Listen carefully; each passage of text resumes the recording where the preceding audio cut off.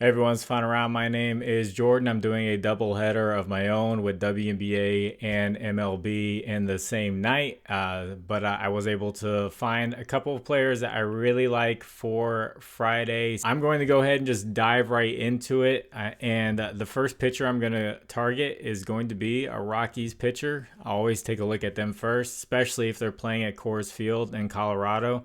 Due to the altitude there, and it becomes a hitter-friendly ballpark, home run-friendly ballpark.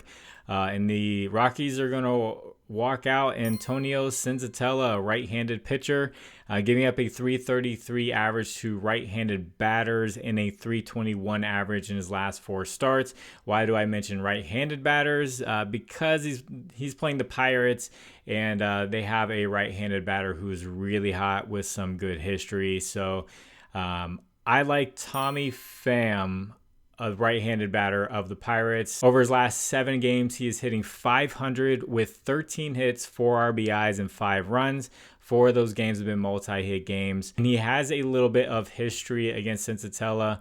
Actually, not a little bit, a pretty decent amount. 15 at-bats, 6 hits, 4 singles, 2 doubles, and a .400 average. So great history there. He is on fire right now. Senzatella has not been pitching well all year long. He's in one of the best ballparks to hit the ball. So AI gives him an 85% chance for a hit, 55% chance for 2 hits, 50% chance for a run, 40% for an RBI, and then 8 to 10 projected fantasy score. And he's not much of a home run hitter. I believe it was just 1 on the season. If you really wanted a guy, like a home run play to go to for the Pirates, is probably going to be De Cruz. He hasn't been like on fire or anything. He hasn't been hitting the ball too often. But he is the top home run hitter for the Pirates. He was in the home run derby. He's got one of the top swing rates in Major League Baseball. Exit velocity, like he's got power, and he's just one of those guys that if he connects here at Coors Field against a pitcher who's very hittable, it's going to go over the fence. So odds are not out yet, but De Cruz would be a guy that I would take a look at for a home run. And Senzatella is giving up a 361 average to lefties. So Cruz is their top home run hitter, and he's a left-handed batter. So he's got the lefty-righty matchup going for him. So before I get into this next pick, if you guys could, please like the video. If you haven't, please subscribe to the channel. If you have a little bit of extra time, could you leave a comment for the algorithm? Just put a W. That helps get the video out there for more people to see. And on this video, I'm going to shout out ProphetX, sort of like Novig. You see all the states on the screen. They are an exchange sportsbook where somebody puts some money down for the line they're willing to pay. You can take that bet, and you're going up against them. You're not going up against ProphetX. You're not going up against the books or anything like that. So you can find really good odds. I like to compare them to Novig and kind of line shop between the two. But promo code FINDAROUND11 will get you 1.5% back on every bet you make, up to $200 for the first 30 days. I know that's a lot for a promo. I will put a link in the pinned comment that will take you straight there with the promo code. Thank you for anyone who signs up. I really do like that app along with Novig. I'll just go ahead and put Novig's in there too if you want to have both of them. But those are in a state where I can't bet on DraftKings and Fanduel. Those are like kind of my main sports books. But this next pitcher I'm going to go after is going to be from the Braves again. Bryce Elder, right-handed pitcher. Giving up a 264 average to left-handed batters and a 349 average over his last 4 starts. The ballpark is hitter friendly with a boost to runs and home runs, and I got to go back to him. He just had a great night. Switch hitter Elly De La Cruz for the Reds will be batting on the left side yet again. His strong side, where he's hitting 302 on the season, and he's hitting a 268 average during day games, which is a slight drop off from night games, but that's not as big as I've seen for a lot of guys. I've looked at a lot of batters batters, and most of them, not most of them, but let's say like 80% of them take like a big drop off, like down to like the low 200s. So 260, 268 like isn't awful. So he's still doing fine during day game. But he's coming off a night game where they went to extra innings. He had a home run, 3 hits, 3 RBIs, and 2 runs. And over the last 7 days, he's hitting 400 with 12 hits, 7 RBIs, 3 runs in 7 games total.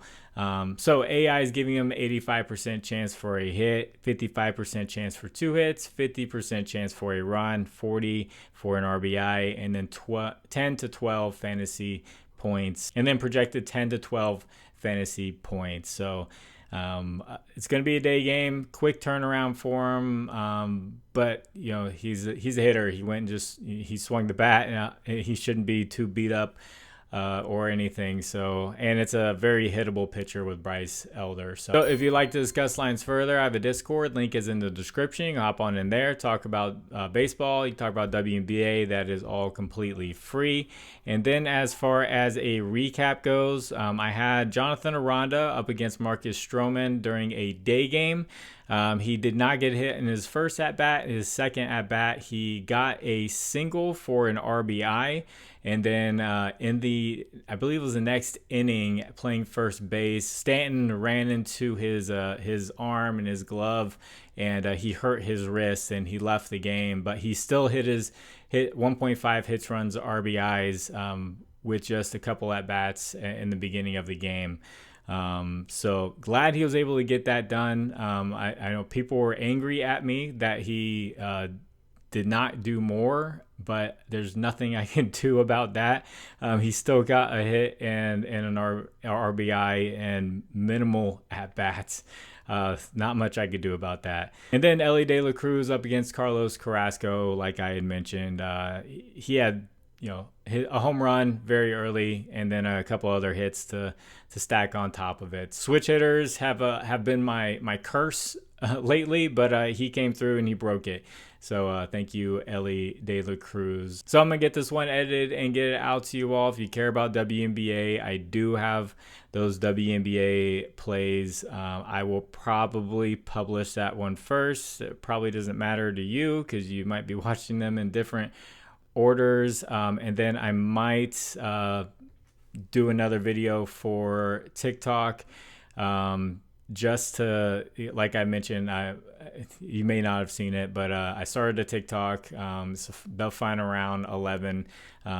Pretty much my wife wants to help out with the channel and everything, so I'm going to be doing just an extra short, or maybe 2. I'm going to send her the stuff, and she's going to learn how to edit and everything and just kind of run that channel. So I won't be like actively checking those comments or anything, but you'll see like the bets that I play, like for let's say Tommy Pham, not a home run hitter. I might take a look at his singles, see what his singles is paying out, and then I make a video, a quick short about why I'm taking his single, how many singles he's hit, and all that stuff, and just kind of break down what I'm taking from this information that I dig up at night. So that's kind of what that will be for. And it's just, she just wants to help out. So I will get this one edited and get it out to you. So God bless you all. It's fine around. My name is Jordan. I will catch you on the next one. Bye.